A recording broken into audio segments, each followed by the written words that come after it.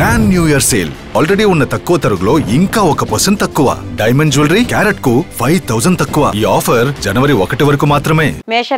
మేషరాశి వారికి గాని చూసుకుంటే మనకి ఈ 2024 సంవత్సరం అంటే జనవరి 1వ తారీఖు నుంచి డిసెంబర్ 31వ తారీఖు వరకు వీళ్ళకి ఈ గ్రహస్థితిని ఆధారంగా చేసుకొని ఏ విధంగా ఉంటుంది అంటే, ఈ 2024 సంవత్సరం మేషరాశి వాళ్ళకి జీవితంలో ఎన్నో అద్భుతమైన మార్పులు అనేవి జరగబోతున్నాయి.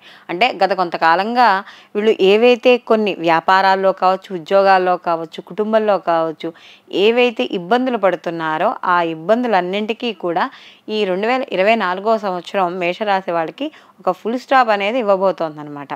అలా మనం చూసుకుంటే కానీ ఇక్కడ వీళ్ళకి గురువు వీళ్ళకి ఏప్రిల్ వరకు కూడా గురువు వీళ్ళకి జన్మరాశిలోనే సంచారం చేయడం అనేది జరుగుతుంది మేషరాశి వారికి. తదనంతరం ద్వితీయంలోకి వెళ్తాడు గురువు, అంటే ధనక్షేత్రంలోకి వెళ్తాడు. అంటే కుటుంబ స్థానం, ధనస్థానంలోకి ఎప్పుడైతే గురువు మార్పు చెందుతాడో ఇంకా వీళ్ళకి ఎన్నో విజయాలు పొందడం, వీళ్ళు ఏవైతే ఈ మేషరాశి వాళ్ళు గత కొంతకాలంగా వాళ్ళు అనుకున్న పనులు ఏవైతే ఉన్నాయో అవి లోన్స్ కావచ్చు, లేకపోతే ఉద్యోగ విషయాల్లో కావచ్చు, ఏదైనా వ్యాపారం చేద్దామనుకుని లేదా ఎక్కడైనా పెట్టుబడి పెట్టి ఆగిపోయి ఏవైతే బ్లాక్స్ ఏర్పడ్డాయో ఆ బ్లాక్స్ అన్నీ కూడా వీళ్ళకి తొలగడం అనేది జరుగుతుంది ఈ మేషరాశి వాళ్ళకి. అలాగే గురువు కానీ వీళ్ళకి చూసుకుంటే అంటే తదనంతరం వీళ్ళకి గురువు ఇప్పటి వరకు వీళ్ళకి సహజంగా చూసుకుంటే పంచమ స్థానాన్ని చూస్తున్నాడు. ఇప్పుడు ఇక్కడి నుంచి పంచమ స్థానాన్ని చూస్తున్నాడు. ఎప్పుడైతే గురువు దాని తర్వాత మారుతాడో, ఎప్పుడు మే నుంచి గురువు ఎప్పుడైతే మార్పు చెందుతాడో వీళ్ళకి గురువు షష్టమ స్థానాన్ని చూడడము, అలాగే ఇక్కడ వీళ్ళకి ఈ గురువు ఎప్పుడైతే ద్వితీయంలోకి మార్పు చెందుతాడో ధనపరంగా మాత్రం వీళ్ళకి చాలా అనుకూలంగా ఉంటుంది. అంటే ఇంట్లో ఆదాయ మార్గాలు పెరగడం, లేదా వీళ్ళు ఏదైనా కొత్తగా వ్యాపారాలు చేయాలనుకున్నప్పుడు ఆ వ్యాపారాల విస్తరణ పెంచుకోవడము, మరియు ఇంట్లో వేరే వాళ్ళకి ఎవరైనా నిరుద్యోగులు కానీ అలాంటి వాళ్ళు ఉంటే వాళ్ళకు కూడా ఆదాయం పెరుగుతుంది. అంటే కుటుంబంలో ఇంకొకరికి వ్యక్తికి ఆదాయం రావడం అనేది జరుగుతుంది. అలాగే ఇక్కడ వ్యయస్థానంలో రాహు ఉన్నాడు.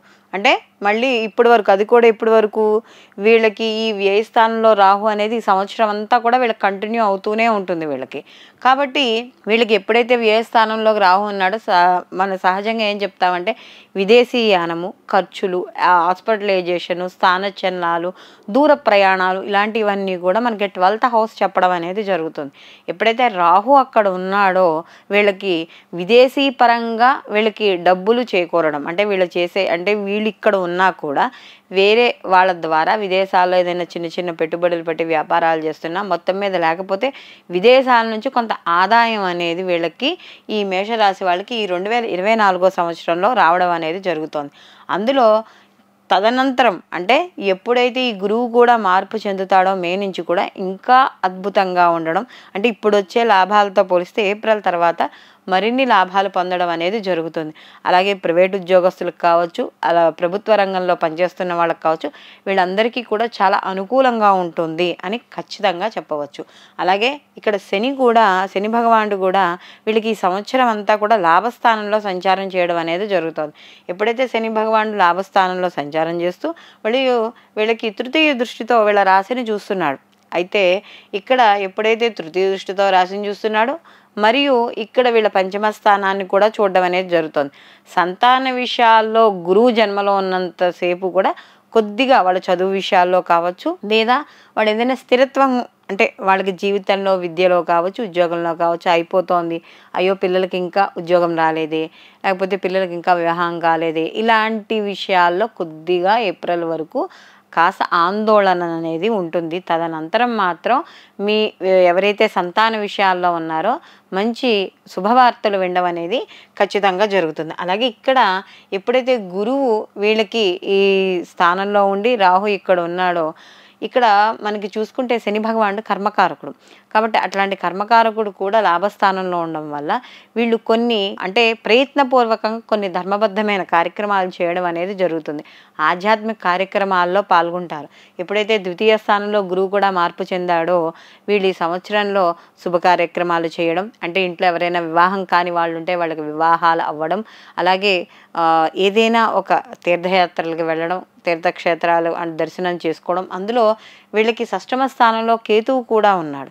కాబట్టి గత కొంతకాలంగా ఏమైనా రుణాలతో ఇబ్బంది పడుతున్న వాళ్ళు కావచ్చు, శత్రువుల వల్ల ఇబ్బంది పడుతున్న వాళ్ళు కావచ్చు, అవన్నీ కూడా క్లియర్ అవ్వడం అనేది జరుగుతుంది. అంటే మీకు అర్థమయ్యేలా చెప్పాలంటే అప్పటి వరకు మిమ్మల్ని శత్రువుగా భావించిన వాళ్ళందరూ కూడా మిత్రులు అవ్వడం, మీ మంచితనం గుర్తించడం, ఇవన్నీ కూడా ఇక్కడ జరిగే అవకాశం అనేది ఎక్కువగా కనబడుతోంది. అలాగే విద్యార్థులకు కానీ చూసుకుంటే వీళ్ళకు కూడా మంచి ఉత్తీర్ణత సాధించడం అనేది జరుగుతుంది.